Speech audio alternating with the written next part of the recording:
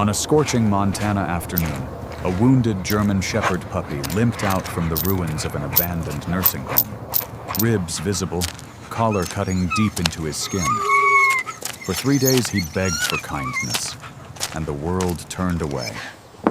But when 74-year-old Eleanor Hayes stepped onto that creaking porch, everything changed. The broken pup didn't ask for food. He lifted one blood-stained paw and placed it on her trembling hand. In that single touch, 2 forgotten souls found each other, and what followed would change an entire town forever. The late summer sun bore down mercilessly on the small town of Willow Creek, Montana, a forgotten place clinging stubbornly to the edge of the prairie. The air shimmered with heat rising from cracked asphalt roads, and the fields of dry sagebrush rustled beneath the hot breath of a southerly wind. At the heart of town stood the old Red Willow nursing home, once a refuge for the elderly, but now an abandoned shell, its faded white paint peeling, and its windows boarded up like the eyes of a ghost refusing to look at the present. Across the street, a rusted water tower creaked in the wind, the town's name barely legible through decades of neglect. It was here, in this place where time seemed to have stopped, that Eleanor Hayes had chosen to disappear. Eleanor was 74 years old and looked every year of it. Once known as the best seamstress in 3 counties, her hands, still nimble but now marked with liver spots and faint tremors, had stitched wedding gowns, christening clothes, and Sunday suits for generations of Willow Creek families. Her once auburn hair was now a halo of soft silver, usually pulled into a neat bun at the back of her head. She had a dignified presence, with a posture that still tried to be straight despite the slight stoop of age, and eyes the color of faded denim that held both kindness and sorrow. Eleanor's husband, Patrick, a carpenter with a quick laugh and patient soul, had passed away 8 years earlier after a battle with congestive heart failure. Since then, the world had grown quieter and lonelier, her days measured in cups of tea and the slow erosion of memory. The doctors had called it early-stage dementia. The words had sounded clinical and distant in the sterile white room of the neurology clinic, but to Eleanor they were a thunderclap. She had watched her own mother vanish into the fog of memory years before, forgetting birthdays, faces, and finally her own name. And she knew the road that lay ahead. Determined not to become a burden, she sold her family home and moved into a small caretaker's cottage next to the abandoned nursing home under the pretense of looking after the garden. It was a lie no one questioned, and it allowed her to hide her slipping mind from her 2 adult children, both busy with their own chaotic lives. The townspeople mostly left her alone. They saw a polite but distant old woman who smiled vaguely at the grocery store and walked the same route every morning, a basket on her arm and a faraway look in her eyes. Inside, though, Eleanor was fighting a private war. Sticky notes covered her walls. Take pills. Lock door. Thursday, trash day. Desperate anchors against the undertow of forgetfulness. Some days they worked. Others, she'd find the kettle on the stove long after the water had boiled away, or wander into a room without remembering why she was there. But she endured, stubborn as ever, because she refused to let the disease define her. It was on one such sweltering afternoon that Eleanor's quiet routine was shattered. The first time she saw him, he was little more than a shadow moving along the edge of the property. A young German shepherd, perhaps 8 months old, limping badly and hugging the wall as if trying to become invisible. His coat, once a rich mix of black and tan, was matted with dirt and dried blood. Patches of fur were missing, revealing raw skin beneath. His ribs showed beneath the thin layer of flesh, and a cheap nylon collar had embedded itself deep into his neck, the plastic buckle cutting through muscle and skin. One of his eyes was swollen shut, and cigarette-burn scars marked his back in a cruel constellation. The dog's fear was palpable. Each time a car rattled by on the distant road, he flinched. Whenever a bird cawed overhead, he flattened himself to the ground. Most heartbreakingly, his body language spoke of betrayal. The cowering posture, the trembling muscles, the refusal to meet a human's gaze. This was not a stray born on the streets. This was a dog who had once trusted people and had been taught, brutally, not to. For 3 days, Eleanor watched him from the porch. She had seen others notice him too. Delivery drivers, passing hikers, a pair of teenagers on bicycles. They all turned away. A few had even thrown stones or shouted to scare him off. Yet, despite everything, the dog kept coming back, hovering near the overgrown garden like he was searching for something, or someone, who might still be kind. On the first day, Eleanor placed a bowl of water and a slice of leftover chicken about 15 feet from the porch before retreating inside. The dog didn't approach until well after sundown, and even then, he snatched the food and bolted. The second day, she moved the bowl closer, about 10 feet, and sat quietly on the steps with a paperback book in her lap. She pretended not to notice him, humming softly to herself. The dog crept forward, step by agonizing step, but stopped just out of reach, watching her with wide, suspicious eyes. By the third afternoon, the temperature had soared past 90 degrees, and the air shimmered in waves above the dry earth. Eleanor left a few pieces of roast turkey, her Sunday dinner, just 4 feet from where she sat. She wore her usual faded blue house dress, a pair of worn leather sandals, and a sun hat that had belonged to Patrick. Sweat gathered at her temples, but she didn't move. She simply waited. Minutes stretched into nearly an hour before the dog appeared from behind a rusted maintenance shed, limping heavily but determined. He approached cautiously, sniffing the air, his good eye darting between Eleanor and the food. And then, something remarkable happened. He bypassed the turkey entirely. Instead, he walked, slowly, painfully, toward the old woman sitting silently on the steps. When he was just within reach, he stopped and sat down. Dust swirled around them in the hot wind. The dog stared at her for a long moment, and then, with a trembling slowness that seemed to cost him everything, he lifted his front paw, the pads raw and torn, and placed it gently on Eleanor's hand. The contact was barely a touch, but it hit her like a thunderbolt. For a heartbeat, neither of them moved. The dog didn't whine. He didn't beg for food. He simply sat there, paw pressed against her paper-thin skin, and looked at her with an expression she hadn't seen in years. Not fear, not desperation, but understanding. It was as if, in that single moment, they recognized something familiar in each other. The loneliness, the hurt, the sense of being forgotten. Eleanor felt tears sting her eyes. "You poor thing," she whispered, her voice shaking. "You're just as lost as I am." The dog tilted his head slightly at the sound of her voice, as if considering her words. Then, slowly, he leaned closer until his nose brushed against the hem of her dress. Eleanor didn't move. She was afraid that if she did, the fragile thread of trust between them would snap. "Let's see," she murmured after a long pause. "We'll need a name for you."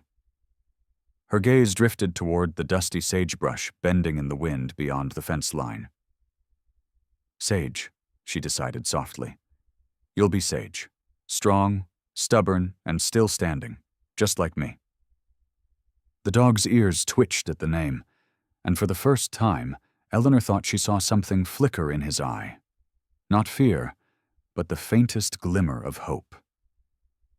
And just like that, two forgotten souls, battered by life in different ways, found each other on a sun-scorched porch in the middle of nowhere.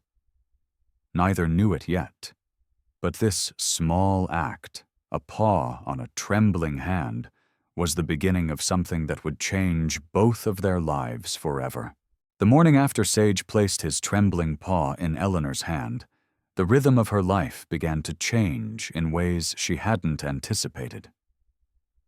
The sun rose over Willow Creek with a pale, dusty light, spilling across the cracked sidewalks and faded storefronts of Main Street. For the first time in years, Eleanor didn't feel like the day ahead was just another battle with loneliness. She had someone depending on her now, even if that someone walked on 4 legs.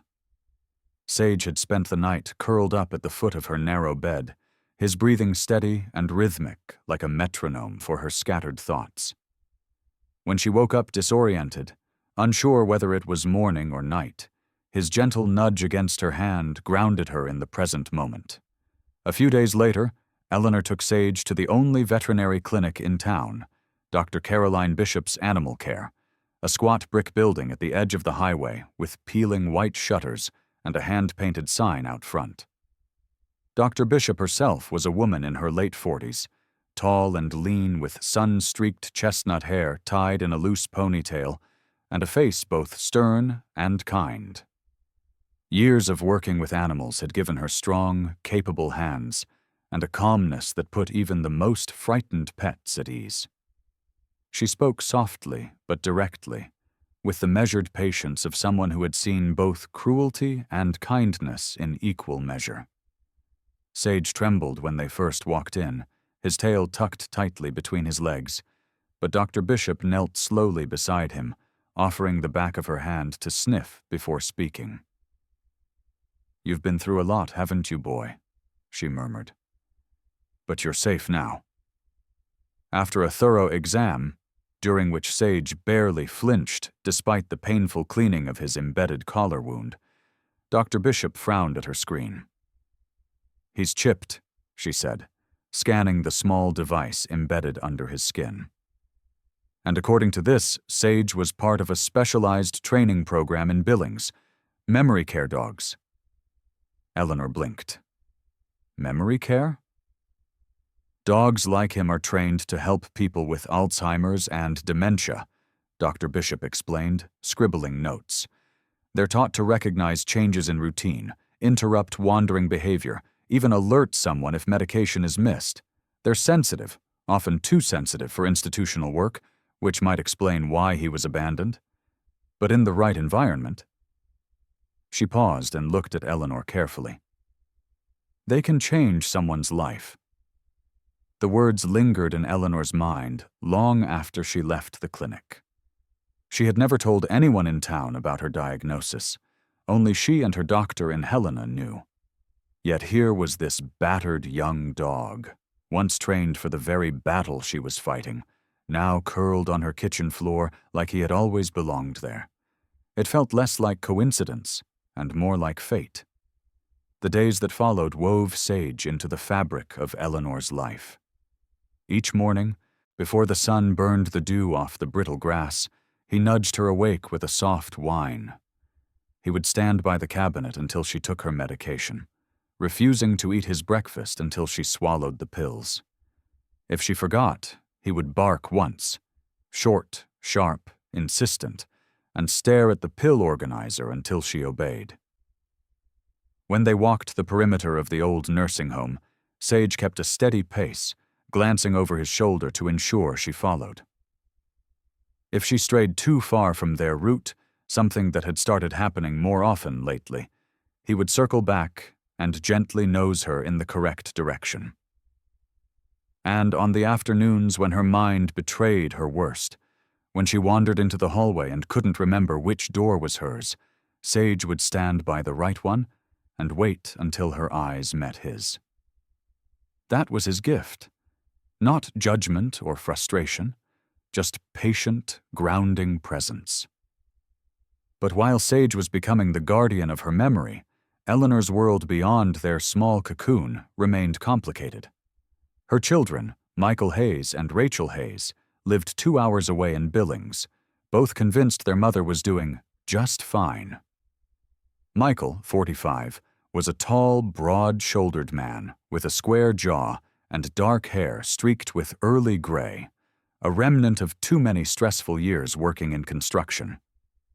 Once confident and ambitious, he had lost his job 2 years ago when the company folded after a major housing crash. Since then, he had been picking up odd handyman work around town, too proud to admit how deeply unemployment had shaken him. He called his mother every Sunday, always cheerful, always insisting things were on the upswing, though his empty fridge and mounting overdue bills told a different story. Rachel, 42, was smaller and more delicate in build, with long ash-blonde hair she usually kept in a messy bun and tired blue eyes that betrayed years of sleepless nights. She worked as a night shift nurse at St. Vincent's Hospital, caring for patients with chronic illnesses. Her co-workers admired her quiet strength and relentless compassion, but Rachel's life was far from easy.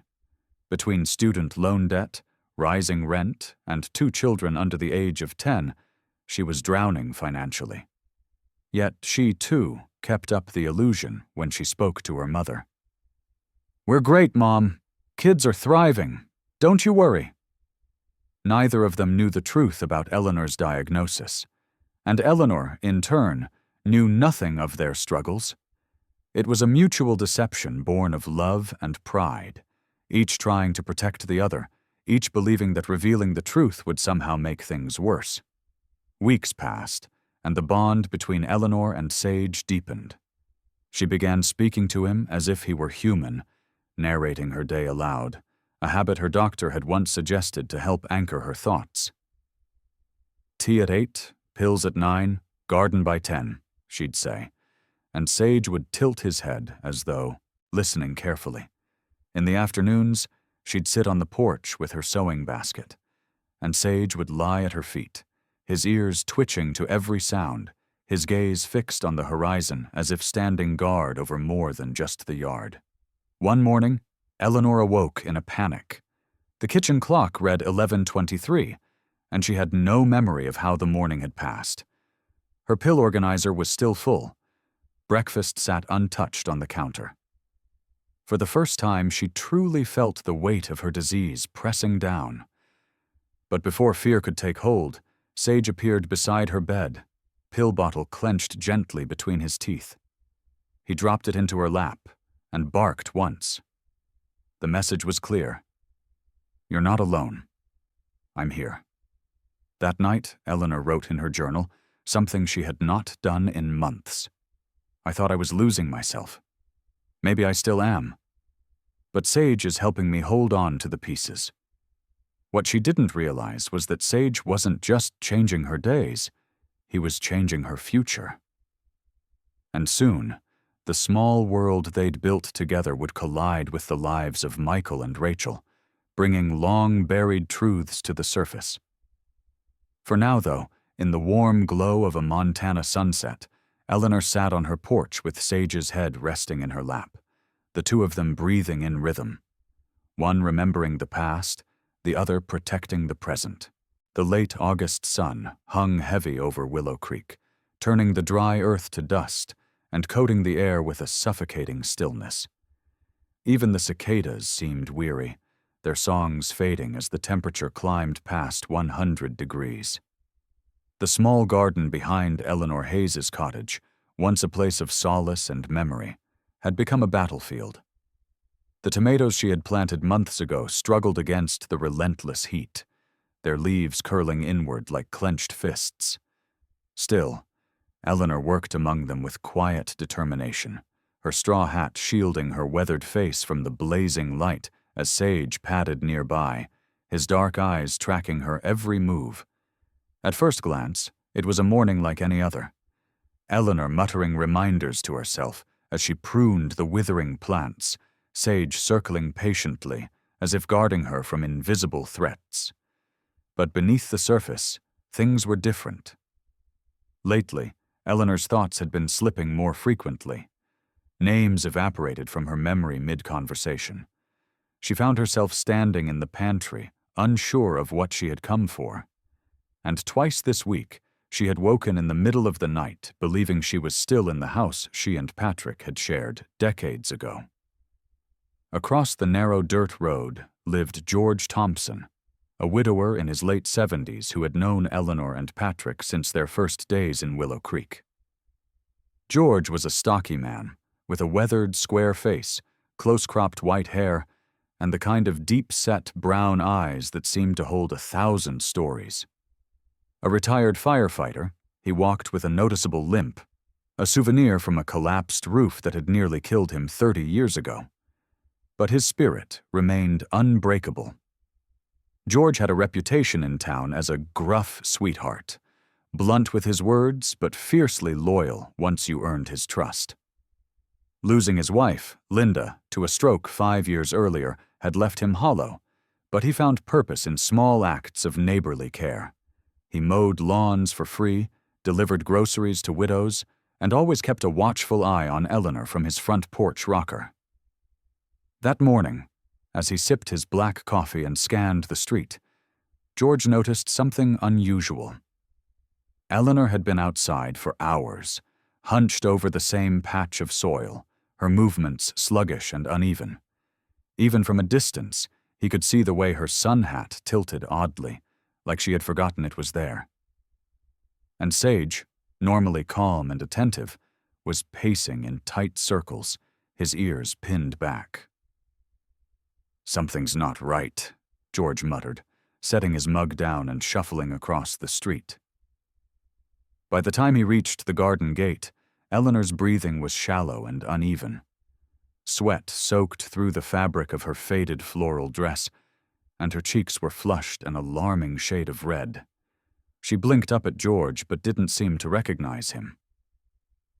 "Patrick," she whispered hoarsely, eyes glassy. "You came back." Her hands reached out for someone who wasn't there. Before George could react, Eleanor swayed on her feet. Sage exploded into action, barking sharply, not the friendly bark of greeting, but an urgent, panicked alarm. He lunged toward her, pressing his body against her legs just as they buckled. Instead of collapsing hard into the dirt, she sank against his weight and rolled gently to the ground. Sage stayed beside her, barking in rhythmic bursts until George dropped to his knees and checked her pulse. "Hang on, Ellie," he said, using the nickname only Patrick had ever used. "Hang on." He dialed 911 with trembling hands, explaining the situation to the dispatcher as Sage continued to bark, now licking Eleanor's face in frantic sweeps. Minutes felt like hours before the wail of sirens echoed through the dusty street. Paramedics lifted Eleanor carefully onto a stretcher, Sage trotting anxiously beside them until he was pulled back by one of the EMTs. At Willow Creek Memorial Hospital, a modest 2-story building with faded blue walls and an always overflowing parking lot, Eleanor regained consciousness under harsh fluorescent lights. Her throat was dry, her head pounding, and her memory fractured.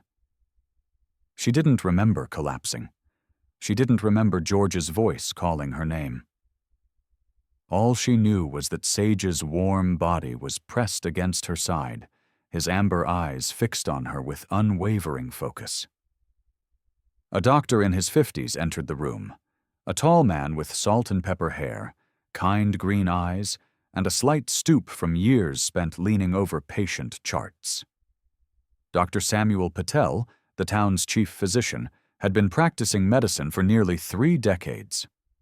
Originally from Chicago, he had moved to Willow Creek, seeking a quieter life after losing his wife in a car accident 15 years earlier, an event that had reshaped his understanding of care and patience. He spoke with a calm, measured tone. "Mrs. Hayes, you suffered from severe dehydration and heat exhaustion. But that's not the only concern." Eleanor frowned. "What do you mean?" Dr. Patel hesitated before continuing. "We ran some cognitive assessments. It appears your dementia is progressing faster than expected." The word dementia landed like a stone in Eleanor's stomach. She looked away, ashamed, as Sage pressed his nose into her palm, as if to remind her she wasn't alone. By the time Michael and Rachel arrived, the late afternoon sun was sinking low over the town, casting long shadows through the hospital corridor. Michael looked worn and older than his 45 years, his shirt wrinkled, his eyes bloodshot from the 2-hour drive. Rachel was pale and exhausted, her hair pulled back hastily, dark circles under her eyes betraying too many sleepless nights. "Mom," Rachel gasped as she entered the room, rushing to Eleanor's side. "Are you okay? What happened?" "I'm fine," Eleanor lied weakly. "Just a little tired." Michael folded his arms, jaw clenched. "Tired doesn't land you in a hospital bed, Mom. They said you collapsed. They said you were calling for Dad." The mention of Patrick made Eleanor's throat tighten. "I saw him," she whispered. "He was in the garden." Rachel exchanged a worried glance with Dr. Patel. "That's the dementia, Mom," she said gently. "He's not there." The dam of secrecy, built over months of half-truths and avoidance, began to crack. The doctor's words, the hallucinations, the panic in her children's eyes, it all made denial impossible now. And in that raw, fragile space, the truth spilled out. Eleanor confessed everything: the diagnosis, the memory lapses, the sticky notes covering her walls, the fear of becoming a burden. Tears streamed down Rachel's face as she admitted her own struggles: the crushing weight of bills, the nights spent crying in the hospital parking lot because she couldn't afford a babysitter. Michael revealed how he'd been lying about work, ashamed of losing his job and terrified of disappointing his mother. For a long time, no one spoke.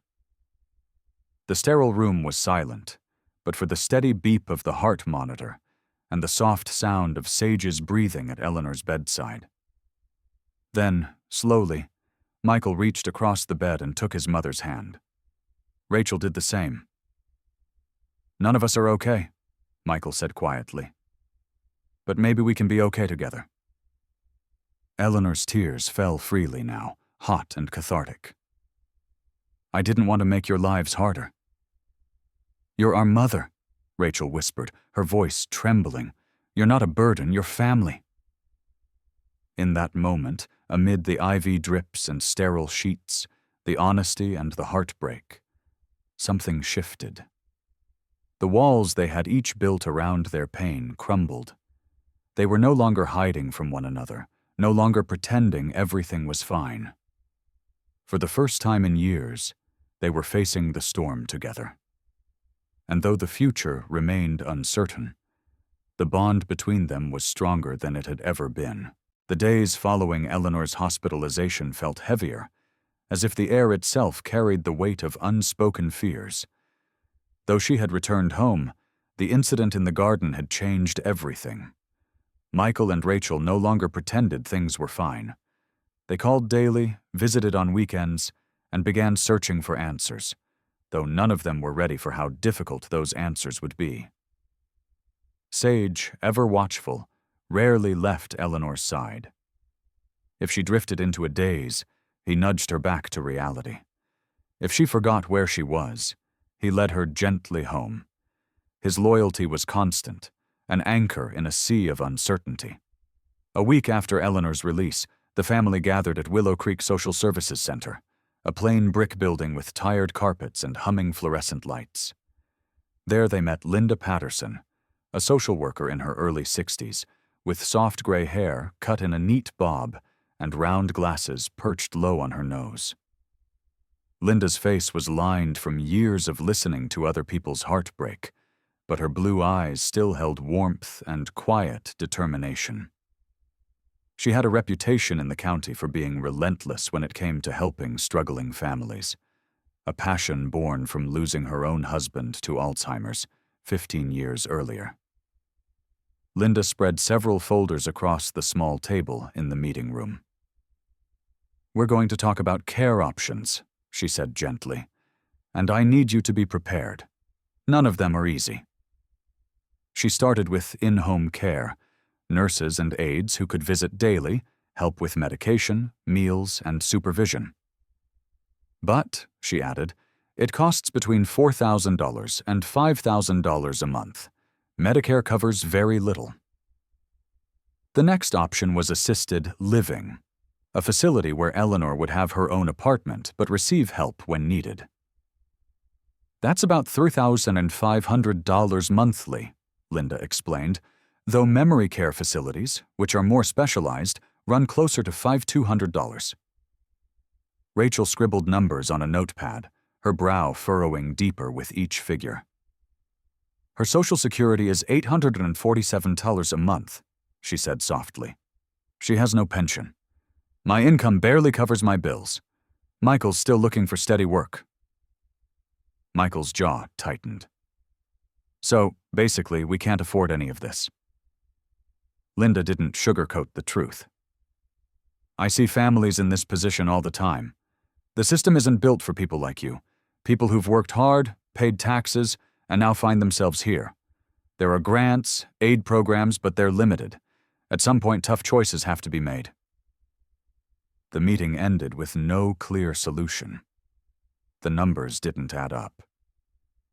Eleanor tried to stay quiet, but guilt gnawed at her. She had spent her life building a home, raising children, and now, in her final years, she was a burden that threatened to drown them all.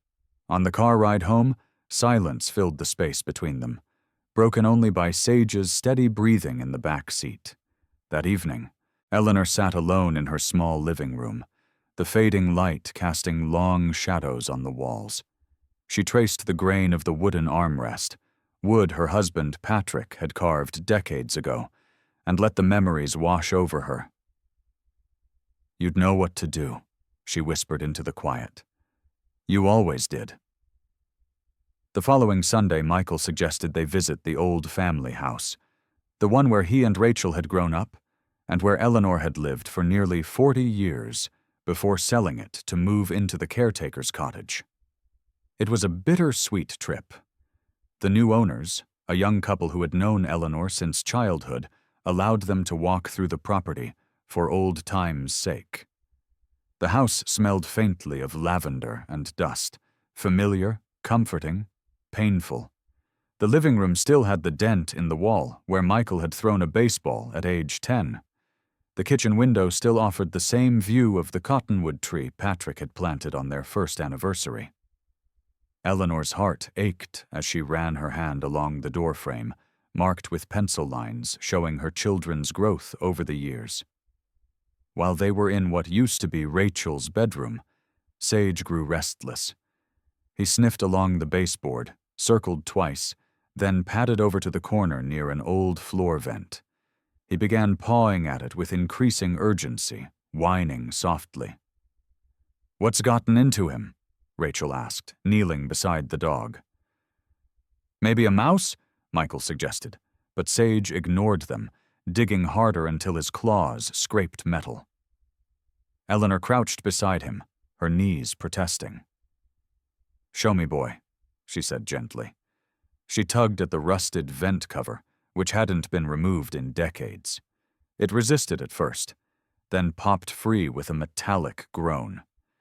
Inside the narrow cavity was something unexpected, a small, dust-covered metal box. Her breath caught. The box was old. She recognized the dent in the corner from the day Patrick had dropped it while installing the vent. He had laughed it off and said, "Well, no one's going to look in here." She had forgotten about that moment entirely, or perhaps the disease had stolen it from her. With trembling hands, she lifted the box out and placed it on the floor. The lid creaked open to reveal a velvet pouch and a sealed envelope.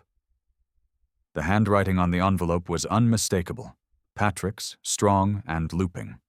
On the front, it read, "For Eleanor, open only when you truly need it." Eleanor's hands shook as she unfolded the letter. Patrick's words were simple but powerful. "My dearest Ellie, if you're reading this, I'm gone, and I know things must be hard. You were always the strong one, but even the strong need help sometimes. Inside this box is my grandmother's diamond ring. It's been appraised at nearly $80,000. I never told you because I knew you'd try to sell it to pay for my hospital bills. Don't feel guilty. Use it now. Use it to care for yourself or our family. This ring isn't a memory. It's a lifeline. And remember, being needed isn't a burden. It's a gift. Patrick. For a long moment, none of them spoke. Rachel covered her mouth with trembling fingers.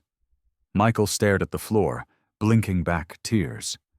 Eleanor felt the weight of the past pressing gently on her shoulders, not as a burden, but as love reaching out from beyond the grave.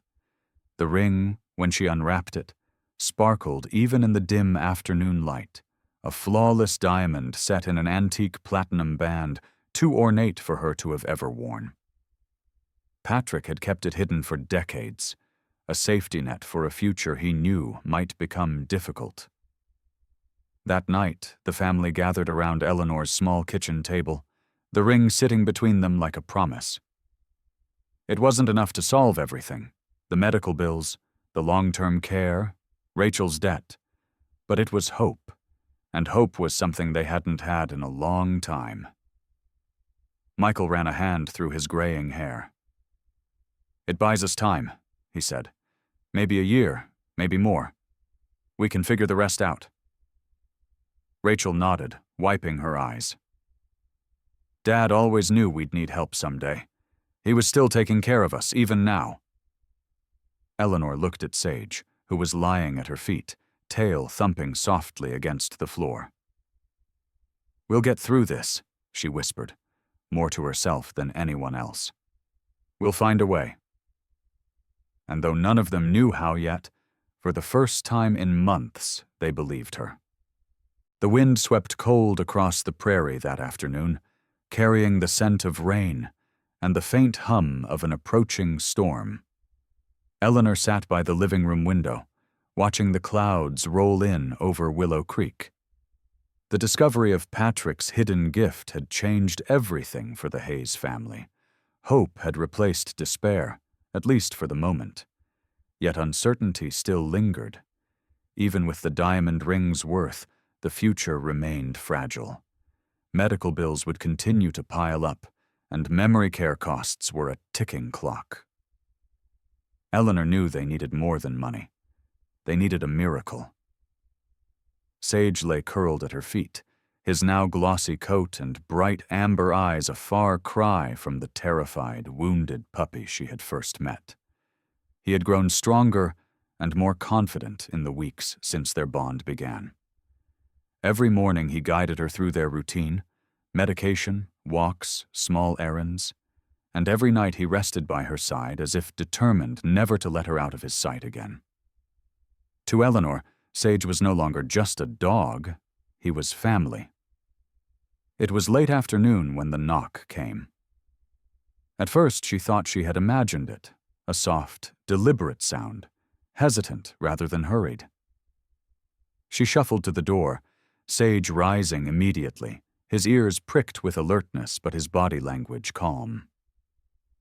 When Eleanor opened the door, a man stood on her porch, leaning heavily on a cane. He was tall, maybe 6 feet, but his once solid frame had thinned to wiry fragility.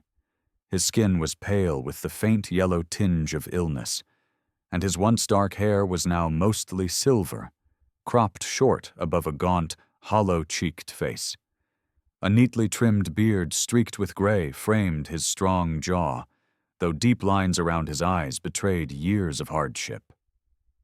There was a quiet dignity about him, the kind that comes from a lifetime of discipline and purpose. "Mrs. Hayes?" His voice was steady but soft, like someone careful with each breath. "My name is James Foster." The name meant nothing to Eleanor at first, until Sage stepped forward, sniffed the air, and then, to her surprise, wagged his tail. His entire body softened, his eyes filled with a kind of recognition she had never seen before. He walked up to the man and rested his head gently against his leg. James smiled, tears welling up behind tired eyes.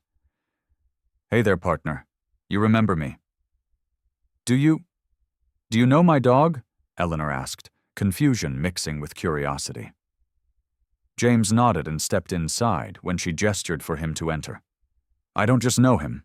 I trained him. For almost 2 years, Sage was my last project. They sat at the kitchen table, and over steaming cups of chamomile tea, James shared his story. He had spent 3 decades as a professional dog trainer, specializing in therapy and service dogs. Most of his career was dedicated to training canines for veterans, children with autism, and elderly patients with dementia. Sage was different, he explained, his voice drifting between pride and regret. Too sensitive, too empathetic. Most trainers see that as a flaw. I saw it as potential. But he never thrived in institutions. He needed a person, not a program. James had planned to work with Sage long-term, but life had other plans. 18 months ago, he had been diagnosed with stage 4 pancreatic cancer. At 56, he had outlived every prediction, but the disease had taken its toll. When the chemo failed and the medical bills hit 6 figures, I sold almost everything I owned, he admitted. But there was one thing I couldn't give up on. Sage. I couldn't put him down. So I left him near Meadowbrook Nursing Home. I knew the right person would find him there. I prayed for it. Eleanor's throat tightened as she listened. She thought about the broken, terrified animal she had met that blistering summer afternoon, and the comfort he had brought her since. You were right, she whispered. He found me. James smiled faintly. No, Mrs. Hayes. You found each other. For a long moment they sat in silence, Sage stretched between them, his head resting on Eleanor's foot while his paw touched James's knee. It was as if the dog understood the invisible thread connecting the 3 of them. James cleared his throat and pulled an envelope from the inside pocket of his jacket. I don't have family. No children, no siblings. Just a small house I sold and a retirement account I cashed out. After paying for treatment, this is what's left. He slid the envelope across the table. Eleanor opened it with trembling hands. Inside was a cashier's check for $45,000. I can't accept this, she said, her voice shaking. You can, and you will, James said firmly. You saved Sage. You gave him a purpose, and in doing that, you gave me peace. Let me do this, not as charity, but as gratitude. Tears welled up in Eleanor's eyes. She thought of Patrick's ring, of the mounting bills, of the endless worry that kept her awake at night. This money wasn't just help. It was the lifeline they needed to finally breathe again. Over the following weeks, James became a regular presence in their lives. Despite his illness, he visited every few days, bringing training tools and offering guidance on Sage's development. He's ready, James said one morning, watching Sage navigate a series of commands with calm precision. All he needs now is certification. The process took several weeks, involving temperament tests, obedience assessments, and specialized evaluations. Sage passed everyone with ease. His sensitivity, once considered a liability, was now his greatest asset. By the end of the month, he was officially certified as a medical alert therapy dog, capable of detecting disorientation, preventing wandering, and responding to emotional distress. The certification opened new doors for Eleanor as well. During a follow-up appointment at the newly renovated Meadowbrook Community Care Center, Dr. Hannah Mills, the facility's director, approached her with a proposal. Hannah was a poised woman in her early 50s, with chestnut hair tied in a low bun and an aura of quiet authority shaped by years of working with aging populations. She had read about Eleanor and Sage's story, and she saw an opportunity. "We're rebuilding Meadowbrook into more than just a care center," Hannah explained. "We want it to be a place of connection, a bridge between residents and the community. We're looking for someone with heart, someone who understands what our patients and their families are going through. Would you consider becoming our community outreach manager? The offer took Eleanor by surprise. It wasn't a full-time position, about 20 hours a week, but it came with a modest salary, health benefits, and, perhaps most importantly, a sense of purpose. For years, Eleanor had felt invisible, her days defined by loss and fading memory. Now she had a chance to help others navigate the same path she walked every day. She accepted the offer without hesitation. On Sage's first official day as a certified therapy dog, he walked beside Eleanor through the halls of Meadowbrook, his vest gleaming with its new badge. Residents smiled and reached for him, and he responded to each one with gentle patience. Eleanor guided families through intake paperwork, comforted anxious spouses, and shared her story with those who felt alone.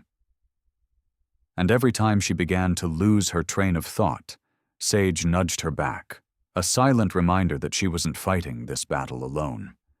The future was still uncertain. Her disease would progress, the bills would keep coming, and the challenges ahead were far from over. But for the first time in a long time, Eleanor felt something stronger than fear. She felt useful, and in the eyes of the people she helped, she saw reflections of her own struggle and strength. Patrick's ring had given them hope. James's gift had given them stability. And Sage, the dog who once limped, broken, and afraid, had given them purpose. Together they were building something new, something stronger than memory itself. The autumn winds returned to Willow Creek earlier than usual, bringing with them a chill that clung to the windows of Eleanor's small cottage. Leaves drifted lazily across the yard, painting the ground in shades of rust and gold. From the outside, life seemed almost peaceful. Sage patrolled the fence line with quiet vigilance. Michael had picked up occasional handyman jobs, and Eleanor's new position at Meadowbrook gave her a renewed sense of purpose. But beneath the surface, anxiety was growing once more, as relentless as the disease that had begun its slow theft of her memories. The call came on a Tuesday afternoon. Rachel's oncologist, Dr. Karen Mitchell, a tall, composed woman in her late 40s with deep brown skin and intelligent eyes framed by tortoiseshell glasses, had requested an urgent meeting. Karen had built her reputation on compassion. She had entered oncology after losing her mother to breast cancer, and had made it her life's mission to guide families through the storm. Still, nothing in her measured tone could soften the blow. "The cancer is more aggressive than we anticipated," she explained in her calm, clinical voice.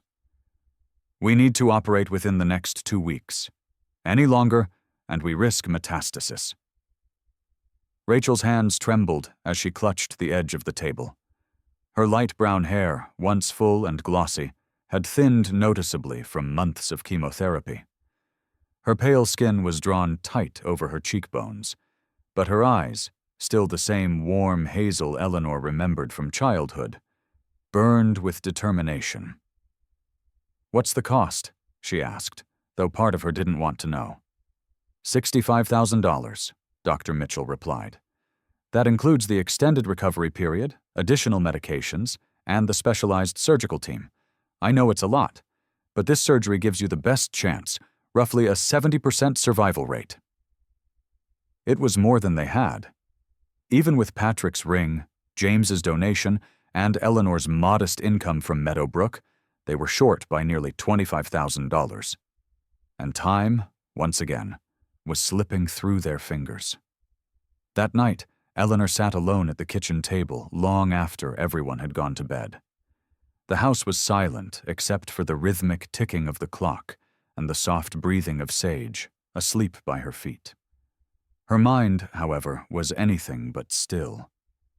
She thought of Rachel as a child, the scraped knees she had bandaged, the bedtime stories whispered under quilted blankets, the first day of nursing school when she had cried with pride. And now, her daughter's life hung in the balance because of money. The insurance policy sat on the table before her, $100,000, payable immediately upon her death. It was a morbid solution, one she had pushed out of her mind before, but tonight it didn't seem so far-fetched. She was 74. Her memory was slipping, and she was already a burden. But this could save her daughter. The bottle of sleeping pills felt cold and heavy in her trembling hands. She whispered to the darkness, as if Patrick might hear her. "I can still protect them. I can still help." But Sage stirred. His ears twitched, his head lifted, and within seconds he was on his feet, watching her closely. When she twisted the cap off the bottle, he barked sharply, a sound she had never heard from him before. "Shh, boy," she murmured, but he didn't stop. He trotted over, planting himself firmly between her and the table, growling softly. "Move, Sage," she whispered. But he didn't budge. Instead, he pressed his chest against her knees and placed a paw over her hand, the one holding the bottle. His eyes, those deep amber eyes that had once looked so broken, were filled with something powerful now. Fear, determination, love. The pills slipped from her grip, scattering across the floor. Eleanor collapsed into sobs, burying her face in his fur. "I can't lose her, Sage. I can't lose my baby." Sage licked the tears from her cheeks and stayed with her all night, refusing to leave her side. At dawn, she made a decision, not to end her life, but to ask for help. She called her therapist at the community center, a kind, soft-spoken man named Dr. Paul Henderson, who had a calm presence and a gift for listening without judgment. Paul had served as a grief counselor for decades after losing his own wife to suicide, and he guided Eleanor through her darkest thoughts with gentle patience. "Your life is not the price of your daughter's," he told her firmly. "She needs you, not just your memory, but your love. Don't rob her of both." A few days later, James returned. He was weaker now, his once commanding posture stooped, his steps slower, his cane more than a necessity. Yet his spirit remained unbroken. "I'm staying here for a while," he announced with a tired smile. "I want to spend my last weeks with family." And family he had become. James spent his remaining days sitting on the porch with Michael, swapping stories of youth and regret. He taught Rachel breathing techniques to manage the anxiety that haunted her sleepless nights. And with Eleanor, he spoke of life and legacy, the things that outlive us even after memory fades. One evening, as the sun set behind the cottonwoods, James made a quiet request. "When I go," he said, "I want to be buried with Sage's first training collar, the one that says, 'Remember, exercise compassion.' It's been my mantra all these years, and I want Sage to be there. He should know it's okay to let me go." Eleanor's voice broke as she promised. The day of Rachel's surgery arrived with an uneasy mix of hope and dread. Friends, neighbors, and even strangers from the community had contributed to a crowdfunding campaign, and together they managed to raise the remaining funds. Eleanor, Sage by her side, held Rachel's hand as they wheeled her into the operating room. "You're not alone," she whispered. "None of us are." The hours crawled by. Michael paced the waiting room, his beard more unkempt than usual. James dozed lightly in a wheelchair, his breathing shallow but peaceful. Eleanor prayed silently, fingers clenched around Sage's leash. Finally, Dr. Mitchell appeared, her face tired but smiling. "The surgery was a success. We got it all." Relief crashed over them like a wave. Michael hugged his mother tightly. James laughed, a weak, rasping laugh, and wiped away tears he didn't try to hide. Even Sage seemed to understand, his tail thumping against the floor in quiet celebration. Rachel's recovery was slow but steady. 3 weeks later, she returned home, thinner and paler but alive. She embraced Eleanor with trembling arms. "You didn't give up on me," she whispered. "Never," Eleanor replied. "We don't give up on each other." James didn't live to see the full arc of Rachel's recovery. 2 weeks after her return, he passed away quietly in the Hayes home. Sage curled at his feet. His final words, spoken with a faint smile, were, "Thank you for letting me matter." True to his wish, he was buried with Sage's training collar. The inscription, "Remember, exercise compassion," gleamed faintly in the afternoon sun as they lowered him into the earth. Sage let out a single soft whine and pressed his head against the coffin one last time before being led away. His legacy was more than a gift of money or a well-trained dog. It was the love he left behind, the love that had bound together a fractured family, saved a daughter's life, and given purpose to an aging woman who had once believed her story was over. The first snow of the season fell softly over Willow Creek, blanketing the town in a hush that felt like peace. For the first time in years, Eleanor Hayes woke up without the weight of fear pressing down on her chest. The house was quiet, but not empty. Sage stretched and yawned at the foot of her bed, his black and tan coat shimmering in the morning light that peeked through the curtains. It had been almost 6 months since James's passing and Rachel's surgery, and though grief and worry still visited her from time to time, they no longer ruled her days. Life, in its imperfect but beautiful way, was beginning again. Red Willow Community Care, the once abandoned Meadowbrook nursing home, had reopened in late spring, transformed into a vibrant hub for the elderly and their families. The new director, Linda Chavez, was a woman in her early 60s with salt and pepper curls, olive skin, and a sharp sense of humor that made even the most anxious residents smile. She had spent 3 decades working in elder care across the Midwest and had a reputation for innovation and empathy. Her philosophy was simple. "We don't warehouse people here. We give them purpose." Eleanor had been hired as part of that vision. Twice a week she taught a small class in a sunny room on the 2nd floor, where 6 residents gathered around old Singer sewing machines. Most were in their 70s and 80s, their fingers gnarled by arthritis, but still deft with fabric and thread. Eleanor taught them to make quilts, aprons, and little cloth animals for their grandchildren. More importantly, she taught them to share their stories, stitching memories into fabric as they stitched themselves into each other's lives.